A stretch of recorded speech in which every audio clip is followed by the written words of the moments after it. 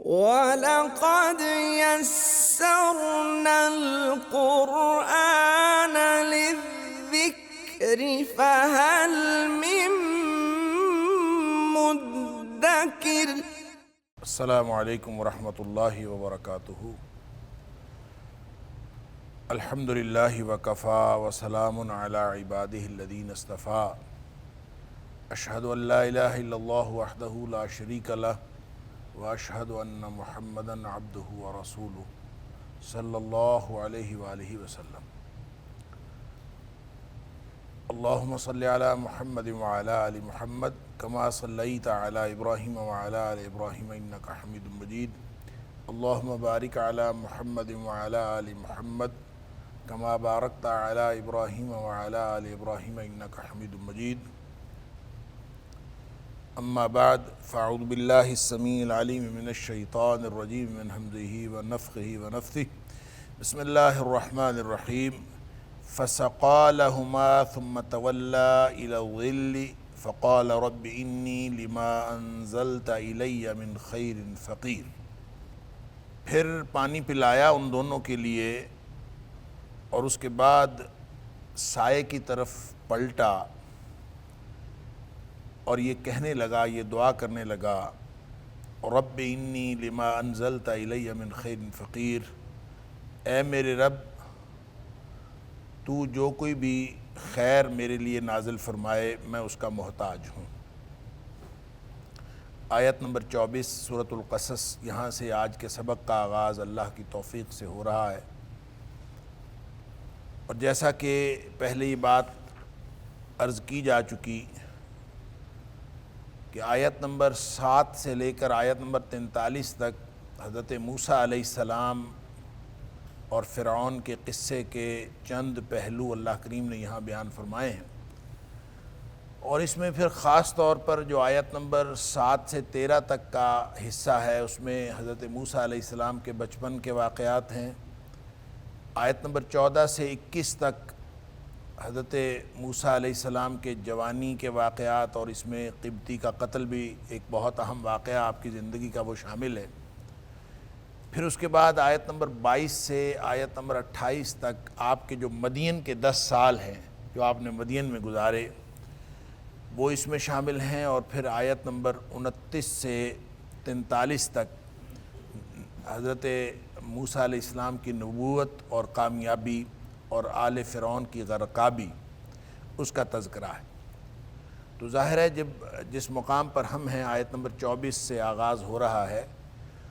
تو یہ گویا جو مدین کا حصہ ہے، جو وقت آپ نے مدین میں گزارا، جو زیادہ تر مفسرین کا خیال یہ ہے کہ آپ نے 10 سال ہی گزارے، آگے بات آئے گی کتنا وقت آپ نے وہاں پہ گزارا۔ تو یہ آیت نمبر 23 سے مدین کے ورود کے بعد کہ آپ وہاں پہ مدین میں پہنچ گئے، کیونکہ آپ کا جو ٹارگٹ تھا یا آپ کی منزل مقصود تھی وہ بھی مدین ہی تھا، کیونکہ آپ کو یہ معلوم تھا کہ مدین فرعون کی سلطنت سے باہر ہے، تو آپ ایک دفعہ اس سے باہر نکلنا چاہتے تھے، لہٰذا آپ نے مدین، جس کے بارے میں نے پہلے بھی عرض کیا تھا کہ مدین کا رخ کیا حضرت موسیٰ علیہ السلام نے، اور مدین خلیج عقبہ کی جو مشرقی جانب ہے اس وقت اس جگہ پہ واقع تھا، اور آج بھی البدع کے نام سے وہاں پہ ایک ٹاؤن ہے، تو یہی گمان کیا جاتا ہے کہ حضرت موسیٰ علیہ السلام کا جو مدین تھا جہاں پہ آپ گئے تھے وہ یہی علاقہ تھا،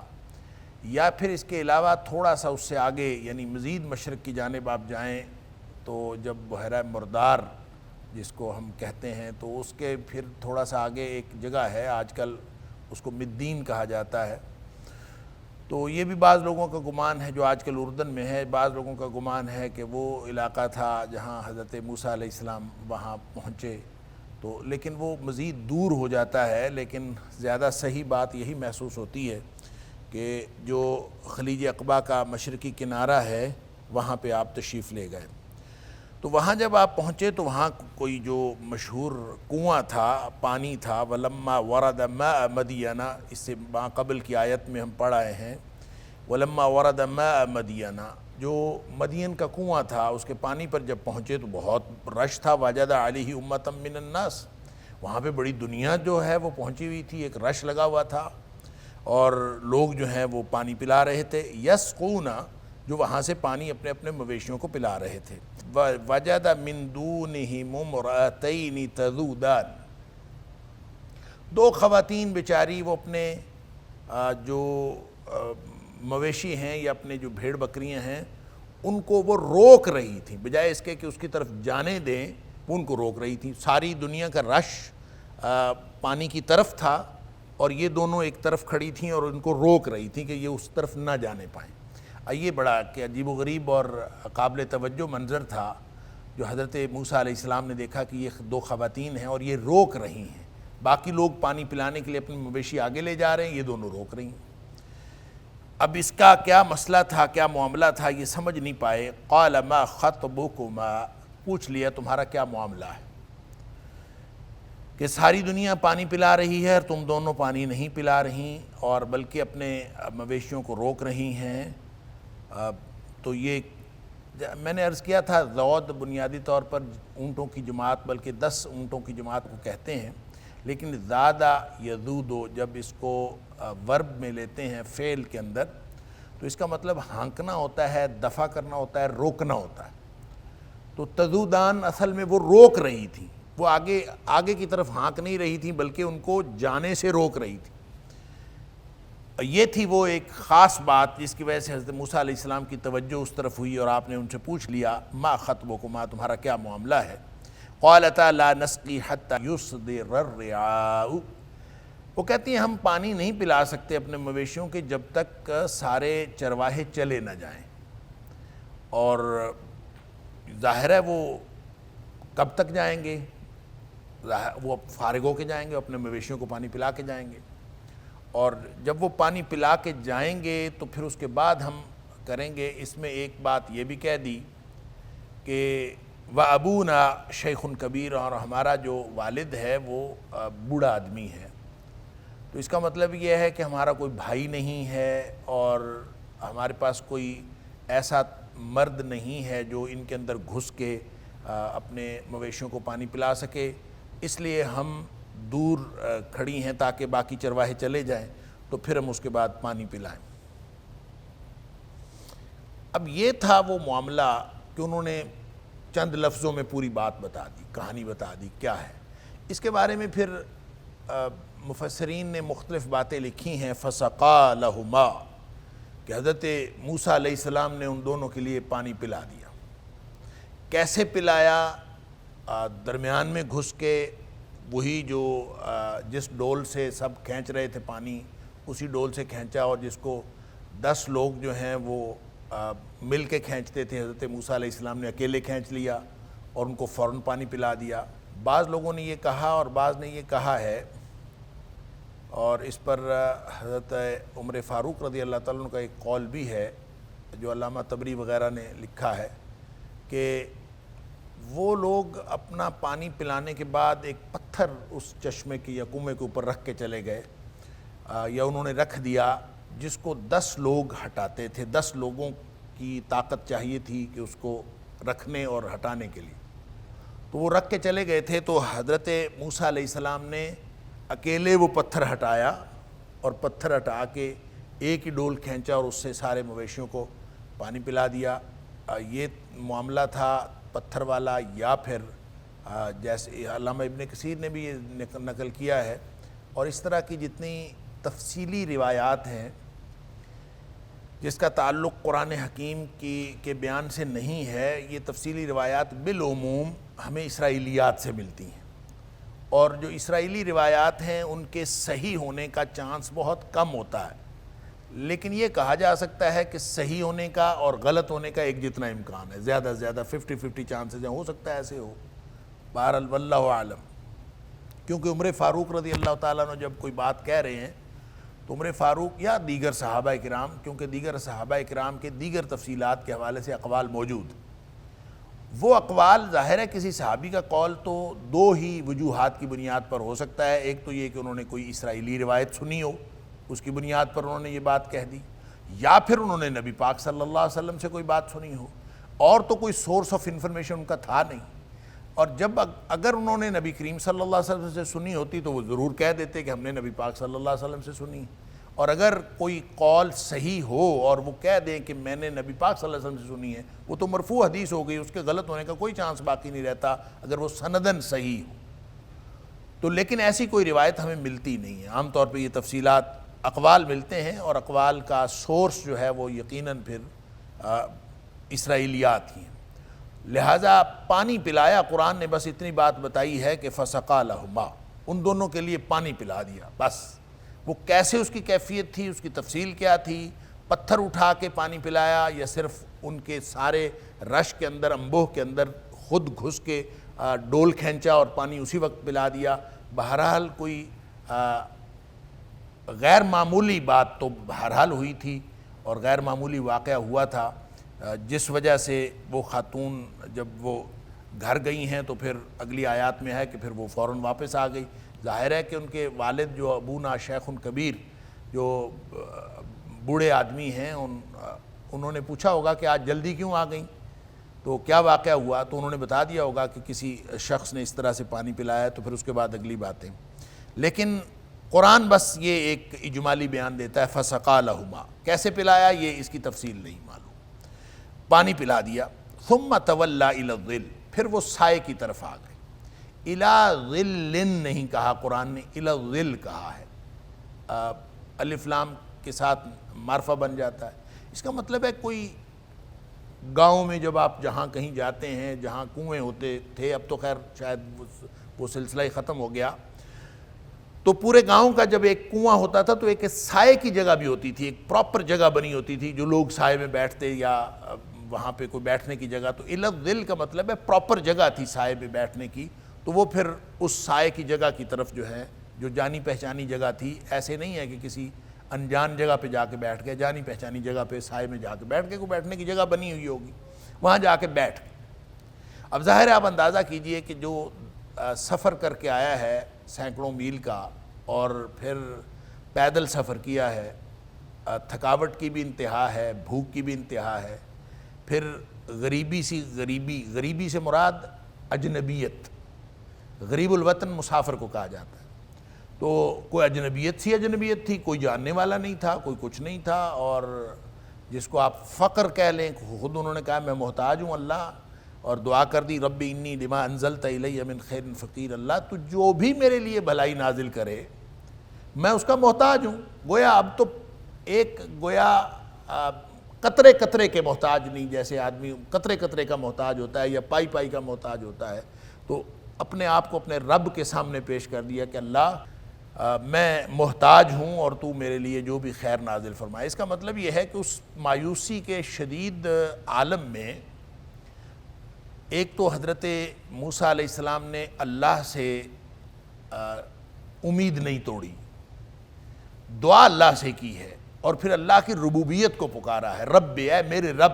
اے مجھے پالنے والے، اے میرے مالک، اے میرے روزی رساں، مجھے جو بھی تو عطا کرے گا۔ اب یہ ظاہر ہے کہ آسمان سے نازل ہونے کا مطلب یہ کہ استعارتاً ہے، رزق زمین سے بھی آ سکتا ہے، رزق لوگوں کے ذریعے سے بھی آ سکتا ہے، کہیں سے بھی آ سکتا ہے، لیکن عمومی طور پر اللہ کریم نے جیسے فرمایا تمہارا رزق جو ہے وہ آسمانوں میں ہے، تو اللہ تعالیٰ آسمانوں میں اس اعتبار سے بھی کہ اللہ تعالیٰ اوپر سے نازل کر دے بارش کی صورت میں، اور اس اعتبار سے بھی کہ اللہ کا حکم جو ہے جب بھی نازل ہو جائے، اور اللہ کے حکم کے بعد ساری کائنات کی ایک ایک چیز جو ہے اللہ تعالیٰ جو ہے خود ہی ان چیزوں کو اس طرف پھیر دیتا۔ وَلَقَدْ يَسَّرْنَا الْقُرْآنَ لِلذِّكْرِ فَهَلْ مِن مُّدَّكِرٍ وَلَقَدْ يَسَّرْنَا الْقُرْآنَ لِلذِّكْرِ فَهَلْ مِن مُّدَّكِرٍ۔ تو جو بھی صورتحال تھی اس میں انہوں نے یہ دعا کر کے رب انی لما انزلت الی من خیر فقیر، فقر تھا، یعنی انتہا تھی ہر اعتبار سے، کہ اجنبیت بھی تھی اور بھوک بھی تھی، تھکاوٹ بھی تھی، اور منزل کا بھی پتہ نہیں تھا. مدین تک تو آ گئے تھے کہ اس وہاں سے نکل آئے تھے. اصل بنیادی مقصد تو تھا فرعون کی سلطنت سے نکلنا، پہلا ٹارگٹ تو یہی تھا، تو وہاں سے نکل آئے تھے. اب کہاں جانا ہے، اب آگے کچھ نہیں معلوم کہ کہاں جانا ہے. لہٰذا اللہ تعالیٰ سے دعا کر دی کہ اللہ جو بھی اب خیر تو میرے لیے نازل فرمائے، میں اس کا محتاج ہوں. اب دیکھیں کہانی کس طرح سے آگے بڑھتی ہے اور اس دعا کو اللہ تعالیٰ نے کس طرح سے شرف قبولیت عطا فرمایا. فجاءت احداہما، وہ جو دو لڑکیاں تھیں جن کے مویشیوں کو پانی پلایا تھا، تو وہ گھر گئی ہی تھیں کہ یہ سائے میں بیٹھے تھے تو ایک واپس آ گئی. فجاءت ہو، اس کے پاس آ گئی احداہما، ان دونوں میں سے ایک، تمشی علی استحیاء، انتہائی با حیا طریقے سے چلتی ہوئی آئی. اللہ اکبر. اب قرآن یہ نہیں کہتا کہ تمشی بے استحیاء، یہ نہیں فرمایا، حالانکہ حیا کے ساتھ چلتی ہوئی کے لیے تمشی بے استحیاء ٹھیک تھا، لیکن یہ نہیں فرمایا تمشی علی استحیاء، یعنی جیسے حیا کی سواری پر سوار ہو،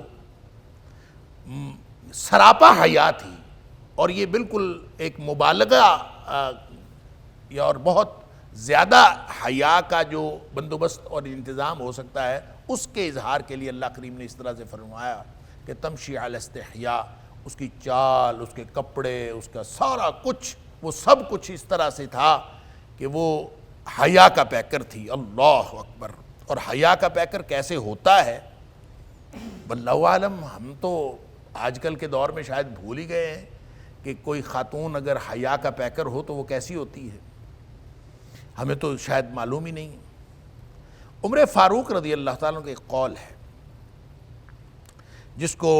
علامہ طبری نے بھی نقل کیا ہے. ویسے تو یہ بنیادی طور پر روایت کیا ہے ابن ابی حاتم نے، اور علامہ طبری نے اور علامہ ابن کثیر بھی کہتے ہیں کہ اس کی سند صحیح ہے، یعنی حضرت عمر فاروق رضی اللہ تعالیٰ عنہ کے قول کی سند صحیح ہے. اب یہ حضرت عمر فاروق رضی اللہ تعالیٰ نے ونس اگین وہ جو بات میں پہلے عرض کر رہا تھا کہ یہ بات آپ نے نبی کریم صلی اللہ علیہ وسلم سے سنی ہو تو پھر تو آپ فرما دیں کہ نبی کریم صلی اللہ علیہ وسلم سے سنی، ایسی تو بات نہیں. یا پھر دوسرا سورس آف انفارمیشن پھر اسرائیلیات ہیں، یہ ہو سکتی ہیں. یا پھر تیسری بات یہ ہے کہ حضرت عمر فاروق رضی اللہ تعالیٰ عنہ نے علی استحیاء کی خود تفسیر کی ہے کہ تمشی علی استحیاء کیا ہوتا ہے، کس طرح سے آئی، اس کی تفسیر انہوں نے کی ہے. اور اس سے اندازہ ہوتا ہے کہ اگر کوئی خاتون با حیا ہو اور با حیا چال چلتی ہوئی آئے تو اس کی کیا ڈیفینیشن ہو سکتی ہے، اس کے خد و خال کیا ہوں گے، اس کی چال ڈھال کیا ہوگی. تو حضرت عمر فاروق رضی اللہ تعالیٰ فرماتے ہیں قائلۃ بثوبها علی وجہها، کہ وہ اس طرح سے آئی کہ اس نے اپنے چہرے پر اپنا پردہ لیا ہوا تھا، کپڑے سے اپنا چہرہ ڈھکا ہوا تھا. اللہ اکبر. اس کا مطلب ہے کہ عمر فاروق رضی اللہ تعالیٰ عنہ با حیا اس کو کہتے ہیں جس نے اپنا چہرہ چھپایا ہوا ہو. اور اب دیکھیں کہ جو آج کل بحث چلتی ہے کہ چہرے کا پردہ ہے کہ نہیں ہے، تو اگر عمر فاروق رضی اللہ تعالیٰ عنہ علی استحیاء کی تفسیر یہ کرتے ہیں کہ قائلۃ بثوبها علی وجہها، کہ اپنے چہرے پر پردہ ڈال کے آئی ہے، تو اس کا مطلب یہ ہے کہ چہرے کو چھپانا عورت کے حیا میں شامل ہے. تو قائلۃ بثوبها علی وجہها لیست بسلفع من النساء واللاجہ خراجہ. وہ کہتے ہیں کہ بے باک عورتوں کی طرح نہیں آئی، جو آتی ہیں اور یوں چست پھرت انداز میں کبھی ادھر گھس گئیں، کبھی ادھر گھس گئیں، کبھی ادھر سے نکل آئیں، کبھی ادھر سے. ولاجتن خراجتن، یعنی ہوتی ہیں کہ اتنی چست پھرت خواتین بے باک انداز میں پھرتی ہوتی ہیں، کپڑا قریب نہیں ہوتا، دوپٹہ قریب نہیں ہوتا، اور دوڑ کے ادھر گئیں، دوڑ کے ادھر گئیں، ادھر گھسیں، ادھر سے نکلیں. حضرت عمر فاروق رضی اللہ تعالیٰ عنہ گویا فرما رہے ہیں کہ جو خاتون اس طرح سے بے باکانہ انداز میں مختلف جگہوں میں آتی جاتی پھرتی ہے اور چست پھرت، وہ با حیا نہیں ہوتی. با حیا خاتون اس طرح سے نہیں چلتی. با حیا خاتون بڑی وقار سے ہوتی ہے اور وہ اپنے چہرے پر پردہ لے کے چلتی ہے. قائلۃ بثوبها علی وجہها لیست بسلفع من النساء ان بے باکانہ چلنے والی عورتوں کی طرح نہیں تھی وہ، ولاجتن خراجتن، کبھی ادھر داخل ہوئی کبھی ادھر سے نکلی، کبھی ادھر گئی کبھی ادھر، اس طرح کی نہیں تھی۔ اور یہ قول بھی علامہ ابن کثیر علیہ الرحمہ نے بھی اس کو صحیح کہا ہے کہ حضرت عمر فاروق رضی اللہ عنہ صحیح کو انہوں نے تفسیر کی ہے اس کہ تمشی علی استحیاء کا کیا مطلب ہے، کس طرح سے وہ خاتون آئی۔ اللہ اکبر، قالت، آ کے اس نے کہا، ان ابی یدعوک، میرے والد صاحب آپ کو بلاتے ہیں۔ اب یہ نہیں کہا کہ ادھر میرے ساتھ آؤ، اگر وہ یہ کہتی کہ میرے ساتھ آؤ تو یہ بالکل ایک مبہم بات تھی، جو یہ بات بھی حیا کے خلاف تھی۔ کوئی عورت کسی مرد کو کہے کہ آپ میرے ساتھ آؤ، ویسے ہی کوئی مرد، کوئی غیر محرم عورت کسی غیر محرم مرد کو السلام علیکم ہی کہے، اس کو اپنی طرف متوجہ ہی کرے، اور اس کے پیچھے کوئی سالڈ ریزن نہ ہو، کوئی شرعی وجہ نہ ہو، اور وہ اس کو اپنی طرف متوجہ کرے، یہ حیا کے منافی ہے۔ کیوں بلاتی ہیں؟ کیا وجہ ہے؟ تو اس نے فوراً بتایا، ان ابی یدعوک، کہ میں خود نہیں آئی اور میرا کوئی اور ذہن کے اندر کوئی اور وجہ بھی نہیں ہے، کوئی اور سبب بھی نہیں ہے یہاں آنے کا، صرف ایک ہی سبب ہے، ان ابی یدعوک، میرے والد صاحب نے آپ کو بلایا، میں اس لیے آئی۔ اور ظاہر ہے یہ پہلے بتا چکی تھی، گھر میں کوئی میل، کوئی مرد تو ہے نہیں والد صاحب کے علاوہ، والد صاحب بوڑھے ضعیف ہیں۔ اور اچھا، یہ جو والد صاحب ہیں اس کے بارے میں عام طور پہ ہم تفسیر کرتے ہوئے کہہ دیتے ہیں کہ یہ حضرت شعیب علیہ السلام۔ اس کی وجہ یہ ہے کہ قرآن نے خود دو مقامات پر کہا ہے، سورہ اعراف کے اندر بھی، اور غالباً آگے سورہ ہود اور پھر سورہ طٰہٰ میں بھی، کہ اِلَىٰ مَدْيَنَ أَخَاهُمْ شُعَيْبًا، کہ مدین کی طرف جو مبعوث ہوئے تھے وہ شعیب علیہ السلام مبعوث ہوئے تھے۔ اب یہ مدین کیا ہے، یہ بات میں پہلے عرض کر چکا ہوں کہ مدین اصل میں مدین یا مدیان، یہ کہتے ہیں کہ حضرت ابراہیم علیہ السلام کے ایک تیسرے بیٹے تھے جو قطورہ سے تھے، جو قطورہ حضرت ابراہیم علیہ السلام کی تیسری بیوی تھیں، سارہ اور ہاجرہ کے علاوہ، اور قطورہ سے جو نسل چلی ہے وہ بنو قطورہ کہلائی ہے، اور ان میں سے ان کا بیٹا تھا مدین۔ تو مدین کی جو اولاد ہے یا ان کی جو نسل ہے وہ اس شہر میں یا اس ٹاؤن کے اندر بسی ہوگی آ کے، تو یہ بستی ہی مدین یا مدائن یا مدیان اس کو کہا جانے لگا۔ اور حضرت شعیب علیہ السلام اس نسل کے سب سے پہلے نبی، اِلَىٰ مَدْيَنَ أَخَاهُمْ شُعَيْبًا۔ اور اس لیے جب ہم یہ کہتے ہیں کہ ابراہیم علیہ السلام نے جب اللہ سے دعا کی تھی کہ اللہ قال ومن ذریتی، جب اللہ تعالیٰ نے فرمایا تھا کہ انی جاعلک للناس اماما، جا ابراہیم میں تجھے انسانیت کا امام بناتا ہوں، تو حضرت ابراہیم علیہ السلام نے فوراً مانگا تھا قال ومن ذریتی،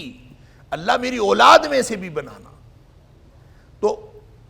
قال یا لا ینال عہد الظالمین، اور اللہ تعالیٰ نے فرمایا کہ ظالموں کے لیے میرا کوئی وعدہ نہیں ہے۔ تو اس پر اس کا مطلب یہ نہیں ہے، عام طور پہ تاثر یہ لگتا ہے ظاہری طور پر کہ شاید یہ اللہ تعالیٰ نے حضرت ابراہیم علیہ السلام کی دعا قبول نہیں کی۔ یہ دعا قبول ہوئی ہے، یہ نامقبول نہیں ہوئی، یہ قبول ہوئی ہے۔ صرف یہ شرط رکھی ہے کہ جو ظالم ہوں گے آپ کی اولاد میں سے ان کے لیے میرا کوئی وعدہ نہیں ہے، اور جو ظالم نہیں ہوں گے، عادل ہوں گے، ان کے لیے تو وعدہ ہے۔ لہٰذا تینوں لڑیاں جو حضرت ابراہیم علیہ السلام کی نسل کی ہیں، حضرت سارہ سے، حضرت ہاجرہ سے، سارہ کے بیٹے اسحاق، ہاجرہ کے بیٹے اسماعیل علیہ السلام، اور پھر جو تیسری بیوی تھی قطورہ، اس کا بیٹا مدین بن ابراہیم، اور پھر ان کی اولاد میں سے شعیب علیہ السلام۔ تو اس کا مطلب یہ ہے کہ تینوں لڑیوں میں اللہ تعالیٰ نے نبوت جاری رکھی۔ تو قال ومن ذریتی کی دعا تو قبول ہو گئی، تینوں لڑیوں میں اللہ تعالیٰ نے نبوت جاری کر دی اور اللہ تعالیٰ نے امامت عطا فرما دی۔ تو وہ جو مدین کے، اور ظاہر ہے کہ لازمی طور پر کوئی جو، یعنی جب کہا جائے کہ یہ مدائن ہیں یا مدین ہیں، یا بنی ابراہیم کہا جائے، بنی اسماعیل کہا جائے، بنی اسرائیل کہا جائے، تو اس کا مطلب یہ لازمی نہیں ہوتا کہ یہ ان کی نسل میں سے ہے۔ اس کی وجہ یہ بھی ہوتی ہے کہ اگر ان کی نسل میں سے کسی کے ہاتھ پر اسلام قبول کیا ہو اور ان کے ہاتھ پر ہدایت نصیب ہوئی ہو تو وہ بھی انہی میں شمار ہوتے تھے. لہٰذا یہ مدین کے لوگ انہوں نے شعیب علیہ السلام کے ہاتھ پر یا پھر اس نسل کے کسی بھی نبی کے ہاتھ پر ان کو ہدایت ملی تو یہ سارے کے سارے مدین کہلائے جانے لگے، کیونکہ ان کی نسبت جو تھی وہ مدین بن ابراہیم کی وجہ سے مدین کی طرف تھی، لہٰذا ان کی جگہ کا نام بھی مدین ہے اور ان کی طرف شعیب علیہ السلام ہے. قرآن کا واضح بیان ہے وَإِلَىٰ مَدْيَنَ أَخَاهُمْ شُعَيْبًا کہ شعیب علیہ السلام مدین کی طرف وہ مبعوث ہوئے تھے. لہٰذا یہ اس طرح سے تو جو انہوں نے کہا وَأَبُونَا شَيْخٌ كَبِيرٌ، خواتین نے کہا کہ ہمارے والد صاحب جو ہیں بوڑھے آدمی ہیں، اور لوگوں نے بڑے آرام سے حضرت شعیب علیہ السلام سمجھ لیا کہ وہ حضرت شعیب علیہ السلام تھے، کیونکہ مدین کے لوگوں کی طرف جو مبعوث ہوئے تھے وہ حضرت شعیب علیہ السلام تھے. لیکن معاملہ یہ ہے کہ حضرت شعیب علیہ السلام نے جب اپنی قوم کو دعوت دی ہے تو انہوں نے ایک بات جو قرآن نے خود ارشاد فرمائی سورہ ہود کے اندر کہ حضرت شعیب علیہ السلام نے یہ کہا تھا وَمَا قَوْمُ لُوطٍ مِّنْكُمْ بِبَعِيدٍ، کہ لوط علیہ السلام کی قوم تم سے زیادہ دور نہیں ہے. یعنی لوط علیہ السلام کی قوم تباہ و برباد ہوئی ہے، اور ظاہر ہے کہ وہ جس جگہ پہ تباہ و برباد ہوئی تھی وہ آج کل بحیرہ مردار جس جگہ پہ ہے اس جگہ پہ ان کی سدوم نامی بستی یا بستیوں کا جو ایک ہیڈ کوارٹر تھا وہ اس جگہ ان کو عذاب ہوا. اور اگر آپ البدع نامی جگہ کو مدین قرار دیں تو یہ اس کے مغربی جانب ہے یا کہہ لیجئے جنوب مغرب میں ہے، اور اگر آپ مدین نامی جگہ کو مدین قرار دیں جو میں نے پہلے عرض کیا کہ وہ اردن کے علاقے میں ہے تو وہ بالکل بحیرہ مردار کے مشرق کی جانب ہے. لہٰذا دونوں جگہ ہو سکتی ہیں. وما قوم لوط منکم ببعید، قوم لوط تم سے کوئی زیادہ دور نہیں ہوئی جن کے اوپر عذاب آیا. اور اس کا مطلب یہ ہے کہ حضرت شعیب علیہ السلام کا جو زمانہ ہے وہ حضرت لوط علیہ السلام کے زمانے کے قریب ہے، اور لوط علیہ السلام کا جو زمانہ ہے وہ حضرت ابراہیم علیہ السلام کا زمانہ ہے. اور ابراہیم علیہ السلام کا زمانہ جتنا بھی قریب لگا لے، ویسے تو کہا جاتا ہے کہ وہ تقریباً کوئی 3000 قبل مسیح یا 3500 قبل مسیح بھی بعض لوگوں نے لکھا ہے حضرت ابراہیم علیہ السلام کا زمانہ.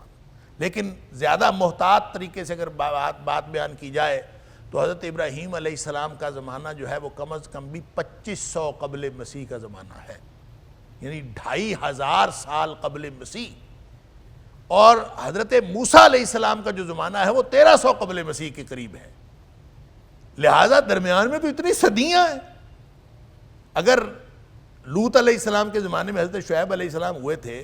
تو موسیٰ علیہ السلام جب وہاں ہے تو وہاں تو ابونا شیخ کبیر ہونے کا مطلب ہی نہیں ہے کہ وہ شعیب علیہ السلام ہو. اور دوسری بات یہ ہے کہ اگر وہ شعیب علیہ السلام ہوتے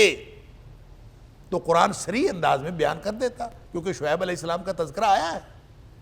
ایسے تو نبی نہیں ہے حضرت شعیب علیہ السلام کے جن کا تذکرہ قرآن میں نہیں آیا، بار بار قرآن میں تذکرہ آیا.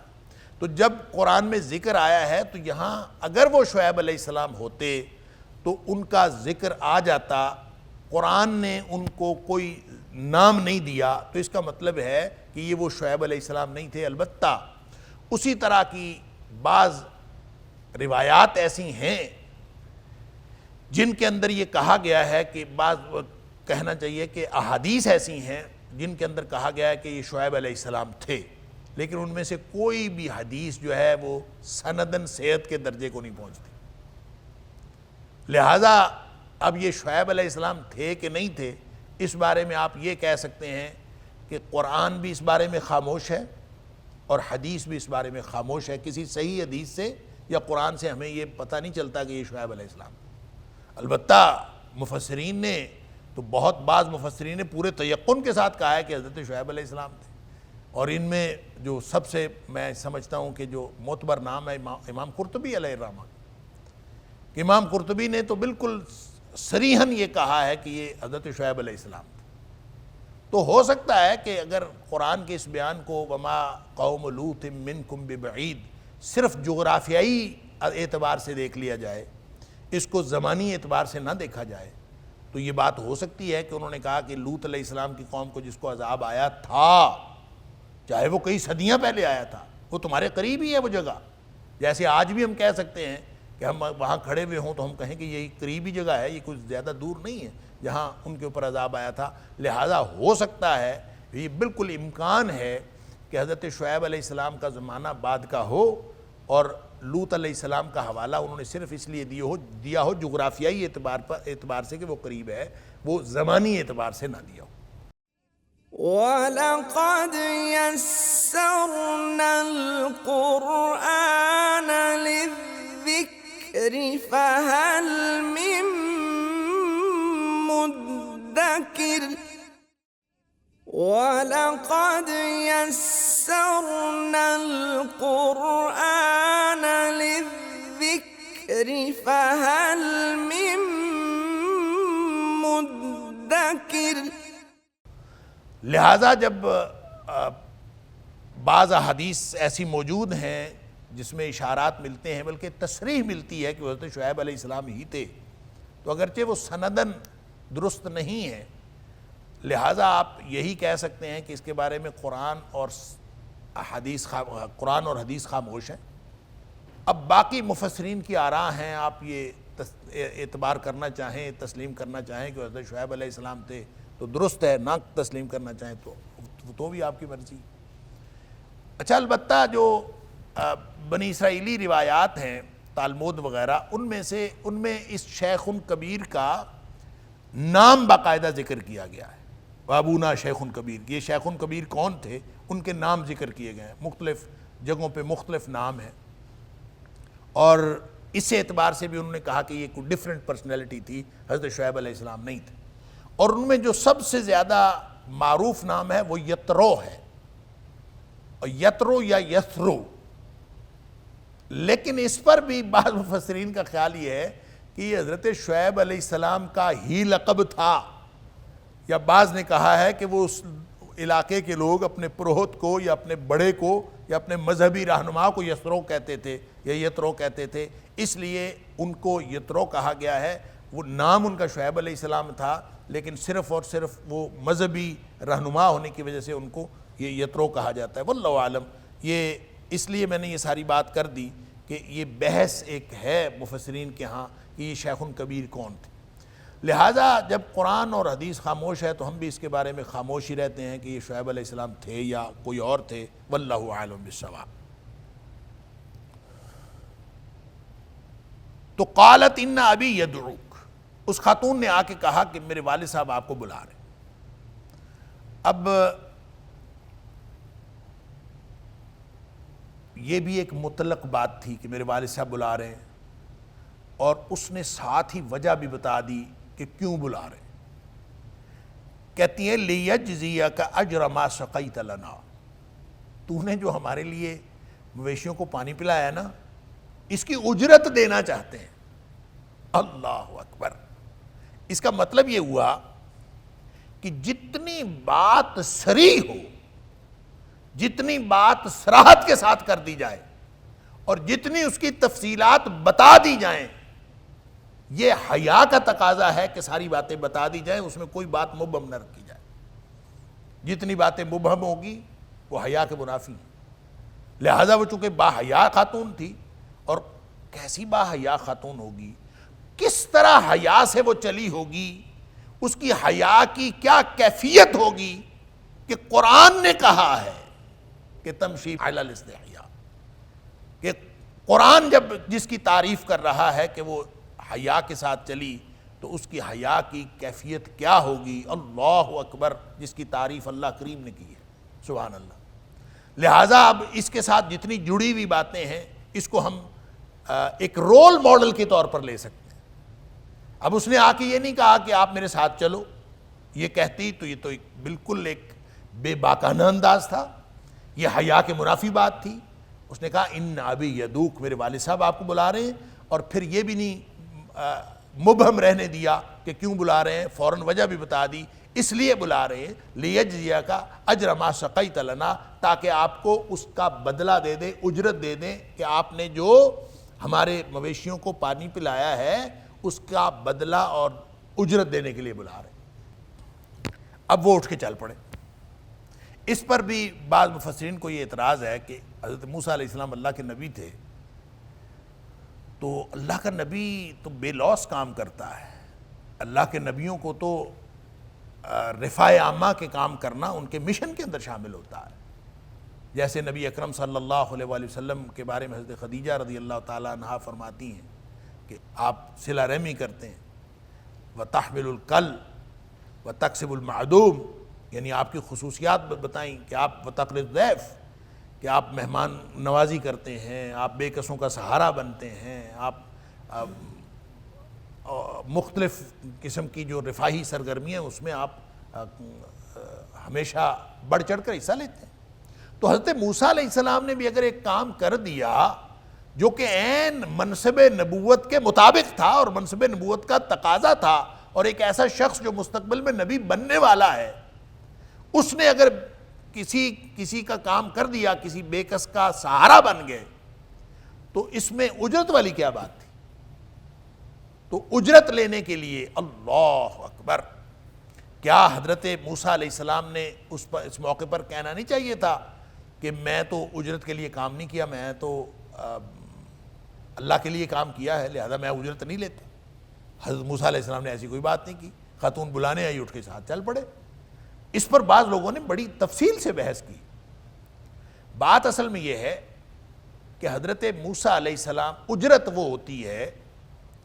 جو پہلے طے کر کے کام کیا جائے، وہ اجرت ہوتی ہے۔ اور اگر کوئی شخص کام کرنے کے بعد، بے لوث کام کرنے کے بعد کوئی شخص آپ کو اس کا بدلہ دینا چاہے تو وہ ہدیہ ہوتا ہے، وہ اجرت نہیں ہوتی۔ لہٰذا کوئی اگر کام کسی نے کیا ہے اور اس کا کوئی شخص ہدیہ دینا چاہتا ہے تو اس کو یوں سمجھ لیجئے کہ ایک شخص نے آپ کے اوپر بے لوث کام کر کے احسان کیا ہے، تو احسان کا بدلہ تو احسان ہی ہوتا ہے، آپ اس کے اوپر احسان کرنا چاہتے ہیں۔ تو قرآن نے اصول دیا، هل جزاء الاحسان الا الاحسان۔ تو کیا احسان کا بدلہ احسان کے علاوہ کچھ ہوتا ہے؟ ظاہر ہے کوئی بھی شخص کسی پر احسان کرے تو احسان کا بدلہ احسان کے طور پر دیا جا سکتا ہے۔ اس لیے حضرت موسیٰ علیہ السلام نے کوئی جو نبوی شان کے منافی کام نہیں کیا، اور خود نبی پاک صلی اللہ علیہ وآلہ وسلم آپ ہدیہ قبول کرتے تھے۔ بخاری شریف کے اندر آتا ہے کہ نبی پاک صلی اللہ علیہ وسلم، کان رسول اللہ صلی اللہ علیہ وسلم یقبل الہدیہ، آپ ہدیہ قبول فرمایا کرتے تھے، اگر کوئی شخص ہدیہ دیتا تھا آپ قبول فرماتے تھے، لہذا اس میں کوئی حرج نہیں۔ بعض لوگ جو ہیں وہ بہت ہی یعنی اس کو تقوی کا تقاضا سمجھتے ہیں کہ یہ تقوی کا تقاضا ہے کہ ہدیہ بھی قبول نہ کیا جائے۔ اور آج کل تو خاص طور پر چونکہ سوشل میڈیا کا دور ہے، لہذا سوشل میڈیا پہ اس بندے کو بڑی پروپیگیشن دی جاتی ہے جو اس کو تقوی کا تقاضا سمجھ کے، اور اس کو تقوی کا ایک تقوی کی خصوصیت بنا کے دی جاتی ہے کہ دیکھیں جی اس کو ہدیہ دیا گیا اور اس نے واپس کر دیا، حالانکہ یہ نبی پاک صلی اللہ علیہ وسلم کی سنت کے منافی بات ہے۔ نبی پاک صلی اللہ علیہ وسلم اگر ہدیہ قبول کر لیتے ہیں تو آپ کون ہوتے ہیں جو ہدیہ قبول نہ کریں؟ اس کا مطلب یہ ہے کہ آپ اپنے آپ کو تقوی کے معیار کے اعتبار سے یعنی کس رول ماڈل کو فالو کرتے ہوئے اپنے آپ کو تقوی کا معیار بتا رہے ہیں؟ اگر نبی کریم صلی اللہ علیہ وآلہ وسلم ہم سب کے لیے اسوہ حسنہ ہیں، اور یقیناً وہی اسوہ حسنہ ہے، تو نبی پاک صلی اللہ علیہ وسلم کو کوئی شخص ہدیہ دیتا تھا وہ قبول فرما لیتا تھا۔ میں ایک جگہ گیا، مجھے کسی شخص نے 1000 روپیہ یوں میرے ہاتھ میں رکھ دیا، تو میں نے یوں اس کو ہاتھ کھلا رہنے دیا، میں نے کہا نہیں آپ نے اس کو واپس، تو مجھے وہ یوں میرے منہ کی طرف دیکھ کے کہتا ہے کہ آپ کے جو والد صاحب تھے نا، ان کے ہاتھ میں اگر 10 روپے بھی دیتے تھے تو وہ رکھ لیتے تھے، اس لیے کہ یہ ہدیہ ہے۔ اور ہدیے کا مطلب یہ ہوتا ہے، ہدیے کی ڈیفینیشن یہ ہے کہ جس میں کسی شخص کی خواہش نہ ہو، اور اگر خواہش ہو بھی تو اس نے اظہار نہ کیا ہو، دل میں اگر خواہش ہے بھی تو اس نے اظہار نہ کیا ہو کہ میں نے لینے ہیں، اور اگر اس نے اظہار نہیں کیا تو اس کی اپنی خواہش ہے، دلوں میں خواہشیں ہوتی ہیں، اور اس نے اظہار نہیں کیا، اور بغیر کسی خواہش کے اظہار کے، بغیر کسی طلب کے اظہار کے کوئی شخص اگر دے رہا ہے تو یہ ہدیہ ہے، اور اس میں کوئی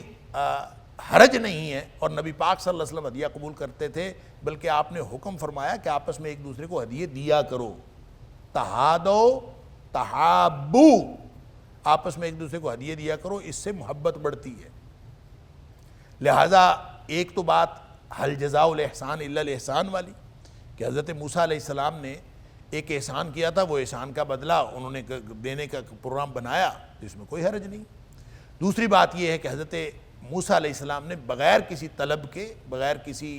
یعنی دل میں کوئی ایسی بات رکھے، ان کو کیا پتا تھا کہ یہ خاتون جو ہے وہ واپس آئے گی اور واپس آ کے مجھے کوئی اس طرح کی آفر کرے گی۔ انہوں نے تو اپنی طرف سے بالکل بے لوث ایک کام کیا تھا، اور نیکی، خالص نیکی کی تھی۔ اللہ تعالیٰ نے جب اس کے نیکی کرنے کے بعد انہوں نے اللہ سے دعا کی، رب انی لما انزلت الی من خیر فقیر، تو اللہ تعالیٰ نے اس دعا کی قبولیت کی یہ صورت بنائی، لہذا کوئی حرج نہیں۔ اور تیسری اور آخری بات اس سلسلے میں یہ ہے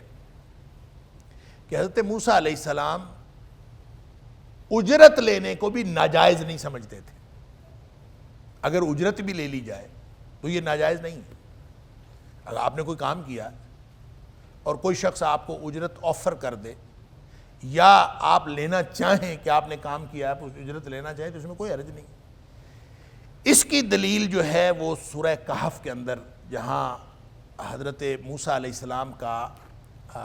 مکالمہ ہے خضر علیہ السلام کے ساتھ، تو وہاں اس مکالمے کے دوران جب وہ تیسرا واقعہ ہوا کہ انہوں نے دیوار گرنے والی تھی اور دیوار درست کر دی، تو اس موقع پر حضرت موسیٰ علیہ السلام نے کہا تھا لو شئت لاتخذت علیہ اجرا، اگر آپ چاہتے تو اس کے اوپر آپ اجرت لے سکتے تھے۔ یعنی آپشنل ہے، کوئی لینا چاہے تو لے لے، کوئی نہ لینا چاہے تو نہ لے، لیکن اجرت لینا یہ کوئی ناجائز بات نہیں۔ کوئی بھی کام آپ نے کیا ہو تو اس کی اجرت لے لینا۔ آپ اندازہ کیجئے کہ نبی کریم صلی اللہ علیہ وآلہ وسلم نے حضرت ابو سعید خدری رضی اللہ تعالیٰ عنہ کو، جب آج کے دور میں کوئی شخص اگر کسی کو رقیہ کر کے، دم کر کے اس میں سے کوئی پیسے لے لے، تو ہم سب اس کو بہت برا سمجھتے ہیں، یار اس نے برا کام کیا، جیسے نعوذ باللہ من ذالک، کہ اس نے رقیہ کیا ہے، دم کیا ہے اور دم کر کے پیسے لے لیے، یا دم کر کے اس نے پیسے دیے اور اس نے پیسے واپس نہیں کیے، اس نے رکھ لیے، تو دم کرنے کے پیسے لیتے۔ آپ کو معلوم ہے، اور یہ بخاری شریف کی حدیث کہ حضرت ابو سعید خدری رضی اللہ تعالیٰ اور دیگر چند صحابہ کسی سفر پہ تھے، تو سفر میں بستی والوں نے ان کی میزبانی کرنے سے انکار کر دیا، تو کسی قریب جگہ پہ انہوں نے پڑاؤ کر لیا، بستی والوں نے کھانا چانا بھی نہیں دیا، تو اتفاق یہ ہوا کہ رات کو بستی کا جو سردار تھا اس کو بچھو نے کاٹ لیا یا کسی زہریلی چیز نے کاٹ لیا، تو انہوں نے سوچا کہ یہ جو داڑھیوں والے آئے ہوئے ہیں یہ شاید ان میں کوئی رقیہ کرنے والا ہو، تو بھاگے بھاگے آئے، ان سے آ کے انہوں نے کہا جی ہمیں رقیہ کر دیں، کوئی رقیہ کر دے گا آپ میں سے، کوئی رقیہ کرنے والا ہے؟ انہوں نے کہا ہاں رقیہ کرنے والا ہے، رقیہ ہم کر دیں گے، لیکن ہم اس کی فیس لیں گے، اجرت لیں گے ہم اس رقیہ کی۔ انہوں نے کہا کتنی اجرت لیں گے؟ انہوں نے کہا 30 بکریاں لیں گے۔ انہوں نے کہا ٹھیک ہے ہم دے دیں گے، وہ تکلیف میں تھے، سردار کا مسئلہ تھا، 30 بکریاں تو مسئلہ ہی کوئی نہیں تھا۔ انہوں نے کہا جی کوئی بات نہیں۔ تو حضرت ابو سعید خدری رضی اللہ تعالیٰ عنہ گئے، انہوں نے سورہ فاتحہ پڑھ کے دم کیا، سورہ فاتحہ پڑھ کے دم کیا، اس کو آرام آ گیا، 30 بکریاں انہوں نے دے دیں۔ اب جب وہ بکریاں لے کے آ گئے تو اب آپس میں جھگڑا پڑ گیا، بعض صحابہ اکرام کہیں کہ یہ لینا جائز ہے اور بعض کہیں کہ یہ لینا جائز نہیں۔ اس وقت چونکہ نبی پاک صلی اللہ علیہ وآلہ وسلم موجود تھے، لہذا ہر مسئلہ جا کے حل ہو جاتا تھا نبی کریم صلی اللہ علیہ وسلم کے دربار اقدس میں۔ تو اگلے دن وہ پہنچے بکریاں لے کے نبی کریم صلی اللہ علیہ وسلم کے دربار میں کہ جناب یہ قصہ ہے اور اس طرح سے ہوا ہے، یہ اس طرح ہم نے بکریاں وصول کی ہیں، آپ یہ فرمائیں کہ اب ہمارے درمیان جھگڑا ہے کہ یہ بکریاں لینی چاہیے تھی کہ نہیں لینی چاہیے۔ نبی کریم صلی اللہ علیہ وسلم نے ایک بات تو حضرت ابو سعید خدری رضی اللہ تعالیٰ عنہ کو فرمائی کہ تم یہ بتاؤ کہ تمہیں کیسے پتہ چلا کہ یہ سورہ فاتحہ رقیہ بھی ہے؟ یعنی تمہیں کیسے پتہ چلا کہ یہ رقیہ ہے؟ اس کا کیا مطلب؟ اس کا مطلب ہے سورہ فاتحہ رقیہ ہے. اسی لیے مفسرین نے سورہ فاتحہ کا ایک نام رقیہ رکھا ہے، دم، جس کو ہم اردو میں کہتے ہیں دم کرنا. تو سورہ فاتحہ دم ہے، تو اس سے یہ پڑھ کے دم کرنے سے شفا ہوتی ہے، اور نبی پاک صلی اللہ علیہ وسلم نے اس کو انڈورس کر دیا یہ فرما کے کہ تمہیں کیسے پتہ چلا کہ یہ رقیہ، گویا یہ رقیہ ہے، اس سے دم. دوسری بات آپ نے فرمائی کہ بکریوں میں میرا بھی حصہ رکھو، تو اس کا مطلب ہے آپ نے اس بات کو بھی انڈورس کر دیا. تو اجرت لینا، کام کر کے اجرت لینا گناہ کہاں ہے؟ یہ کوئی تقوی کا ایک نیا ماڈل ہے، ایک کوئی ایسا معیار ہے جس کا تعلق نبی پاک صلی اللہ علیہ وسلم کے اسوہ کے ساتھ نہیں. ہاں کوئی نہ لینا چاہے تو اس کی مرضی ہے. لو شئت لاتخذت علیہ اجرا ہے نا، اگر آپ چاہتے تو لے لیتے، انہوں نے نہیں چاہا تو نہیں لیا. تو جو لینا چاہے تو لے لے، جو نہ لینا چاہے تو نہ لے. لیکن اگر کوئی شخص اس بات کو ملحوظ رکھے کہ نبی کریم صلی اللہ علیہ وسلم نے ہدیہ قبول کیا ہے، تو اس اسوہ حسنہ کو سامنے رکھتے ہوئے ہدیہ قبول کر لینا نہ قبول کرنے سے زیادہ بہتر ہے. ہاں البتہ آپ اگر اپنے اوپر اس کو خرچ نہیں کرنا چاہتے تو آپ آگے ہدیہ کر دیں، کسی فقیر کو دے دیں، کسی غریب کو دے دیں، لیکن ہدیہ وصول تو کریں. ہدیہ وصول کر کے ہدیہ وصول کرنے والی سنت پر عمل تو کریں کہ نبی پاک صلی اللہ علیہ وسلم ہدیہ وصول کر لیتے تھے. آپ کو کوئی ہدیہ دے رہا ہے، اور ہدیہ کی ڈیفینیشن میں نے آپ کو بتا دی کہ طے نہ کیا ہوا ہو، آپ کی نفس کی خواہش کے اظہار کے بغیر ہو. دل میں خواہش ہو بھی تو آپ اس کا اظہار نہ کیا ہو. آپ کو جتنا مرضی دل کر رہا ہو آپ زبان پہ نہ لائیں، اور دوسرا شخص اپنی مرضی سے دے دے، پھر بھی وہ ہدیہ ہے، کیونکہ آپ نے اس کا اظہار، اگر آپ نے اظہار کر دیا تو پھر وہ ہدیہ نہیں، پھر تو گویا آپ نے مانگ کے لیا. اس لیے حضرت موسیٰ علیہ السلام نے کوئی خلاف شریعت بات نہیں کی، کوئی خلاف شان بات نہیں کی. حضرت موسیٰ علیہ السلام اٹھ کے چل پڑے. لیجزیک اجر ما سقیت لنا، اس نے وجہ بتا دی کہ آپ کو بدلہ دینا چاہتے ہیں کہ آپ نے وہ جو کام ہمارا کیا ہے کہ ہمارے مویشیوں کو پانی پلایا ہے، تو وہ اس کا بدلہ دینا چاہتے، تو آپ آئے. إن هذا القرآن يهدي للتي هي أقوم ويبشر المؤمنين الذين يعملون الصالحات أن لهم أجرا كبيرا.